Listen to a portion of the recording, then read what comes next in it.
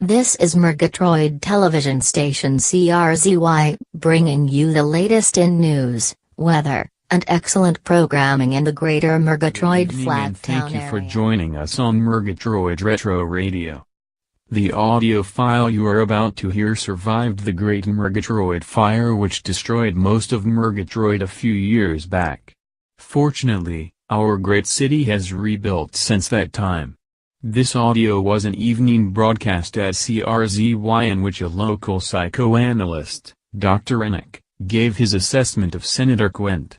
This recording is from 2011, a few years before the assassination of Senator Quint. This just in. We have Dr. Rennick's psychoanalysis of Senator Anderson Quint. That he is an absolute megalomaniac is blatantly obvious. There is an egocentric obsession with power and a narcissistic self-preoccupation. Completely obsessed with his own good looks, position of power, and his charismatic hold over the public, Senator Anderson Quint is also an insufferable womanizer. His view of women is that they are sexual objects to be had as frequently and nonchalantly as ice cream bars.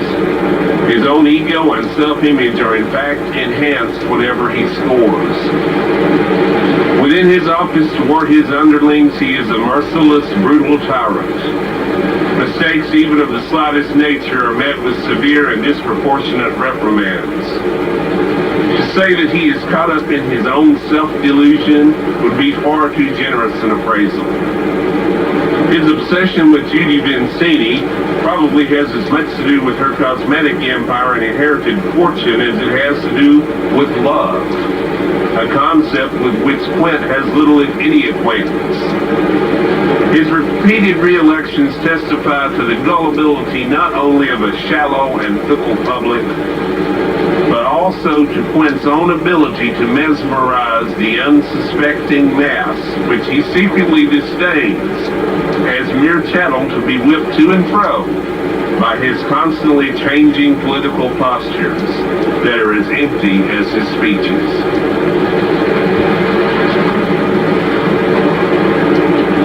Some of our analysts have just brought me a speech of Senator Quint's from last March. This will give you an example of what we were talking about a moment earlier. It is quite possible that the highly probable renovation of the dilapidated Tin Can Alley vicinity can be effectively expedited with all due speed.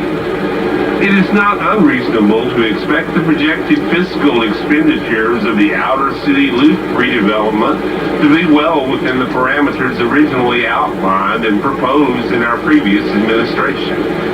It is not entirely impossible that the likes of a rabble-rouser like Imogen Slakowski will further attempt to distract the public from the real serious matters at hand and cause them to have unnecessary doubts and unfounded misgivings with her treacherous articles.